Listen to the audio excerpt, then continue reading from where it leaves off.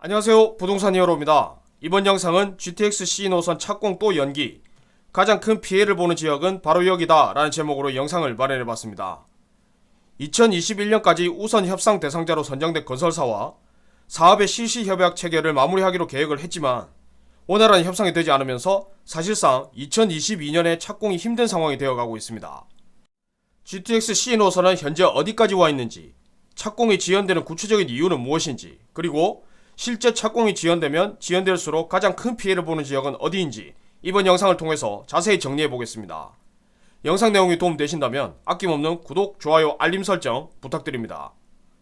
제가 영상 제작에 앞서서 구독자 여러분들께 GTX C 노선이 과연 2022년에 착공이 가능하다고 보시는지 의견을 물었습니다.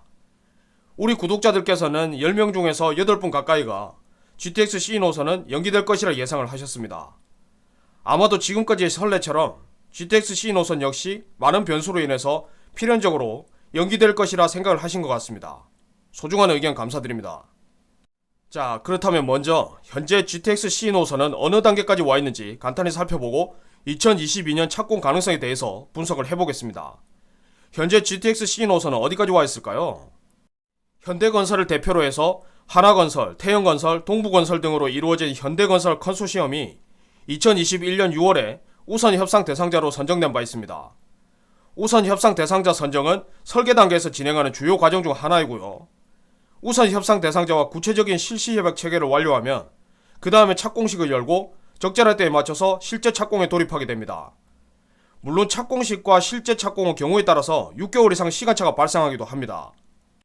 한마디로 지금까지의 내용을 종합해보면 2021년 11월 현재 GTX C 노선은 딱 지금 화면에 표시한 시점, 그러니까 설계 단계 중에서도 거의 막바지 단계인 본공사 착공 바로 직전 단계에 와 있다, 이렇게 보시면 되겠습니다. 그렇다면 착공을 코앞에 두고 이렇게 계속 지연이 되는 이유는 무엇일까요? GTX C 노선은 애초부터 보통 1년 정도 소요되는 실시 협약 체결을 6개월 이내에 끝내는 것을 계획을 했고, 사업 속도를 높이기 위해서 설계를 완전히 끝낸 후에 공사를 하는 것이 아니라 마치 드라마 쪽대본처럼 설계를 한 만큼 공사를 하고 공사하는 동안에 설계가 더 진행이 되면 또 추가 설계된 만큼 공사를 하는 방식을 고려했는데요. 국토교통부 기본계획과 현대건설 컨소시엄이 제출한 사업제안서의 내용이 상당한 이견을 보이면서 이마저도 의미가 없어졌습니다. 그렇다면 GTX C 노선 착공이 지연되는 이유는 무엇일까요? 기본적인 철도 운행 계획에 대해서도 서로 다른 의견을 보이고 있지만 정작 더 큰 문제는 각 지자체의 추가 정차역 요구 때문입니다. 지금까지 잘 알려진 대로 일단 국토부 차원에서는 애초에 계획됐던 덕정부터 수원역까지 10개 역 이외에는 추가역이 없는 것으로 잠정 결론을 내린 바 있습니다. 그런데 기존 10개 정차역에 더해서 왕십리역과 인덕원역을 추가하는 것이 더 큰 사업성이 있다고 판단한 현대건설 컨소시엄이 우선 협상 대상자로 선정되면서 같이 후보로 거론되던 상록수역과 의왕역을 제치고 인덕원역과 왕십리역이 추가로 확정되면서 총 12개 역이 확정된 바 있습니다. 여기까지는 GTX C 노선에 관심을 갖고 있는 사람이라면 누구나 다 아는 사실인데, 여기에 동두천시가 GTX C 노선을 동두천까지 연장해 줄 것을 주장하기 시작하면서 문제가 커졌습니다.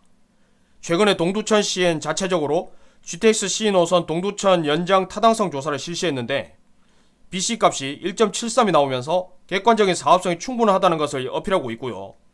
무엇보다도 동두천 연장에 필요한 사업비 530억 원까지 동두천시가 전액 부담하겠다는 의사까지 보이면서 국토부에 강력하게 연장을 요구하고 있는 상태입니다. 더욱이 평택시도 기존 기점을 수원역에서 평택까지 늘려달라는 요구를 끊임없이 하고 있습니다. 사실 평택시는 최근 들어서 이런 요구를 하고 있는데요. 그 이유는 지금까지는 법 개정 이전의 법을 적용받았고 GTX C 노선 평택 연장은 국가철도망 구축 계획에 포함시켜서 국가 예산을 지원받을 수 없는 상태였기 때문입니다. 바로 대도시권 광역교통관리에 관한 특별법 시행령에서 그 근거를 찾을 수 있는데요.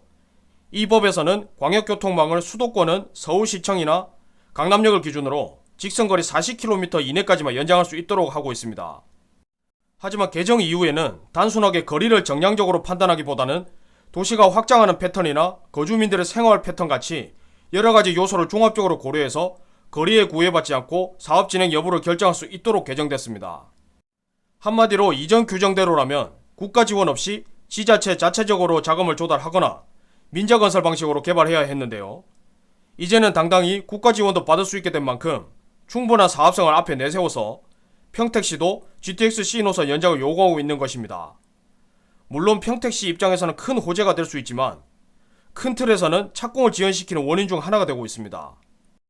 거기에다가 우선 협상 대상자 선정에서 참여했던 다른 건설사가 추가 정차역에 포함시키면서 인덕원역과 왕십리역까지 함께 추가 정차역으로 거론됐던 상록수역과 의왕역 역시 탈락이 확정된 후에도 여전히 사업성이 확실한 근거를 내세우면서 정차역에 추가해줄 것을 지속적으로 요구하고 있는 상태입니다. 그렇다면 상황이 계속 이렇게 흘러가면 결국 가장 큰 피해를 보는 지역은 어디일까요? 당연히 가장 큰 피해를 보는 지역은 최초로 국토부 차원에서 확정됐던 덕정부터 수원역까지 10개 정차역 주변이 될 겁니다.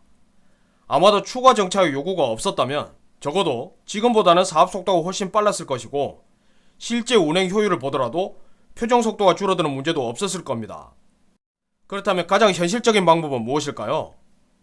현 상황에서 가장 현실적인 방법은 우선 협상 대상자가 선정된 만큼 그들이 추가하기로 한 2개 역까지만 포함해서 총 12개 역을 먼저 착공을 합니다. 그리고 본 노선이 궤도에 올라서면 그때 나머지 요구에 대해서 면밀히 검토를 해서 노선을 연장하는 방안을 생각해 볼 수 있습니다.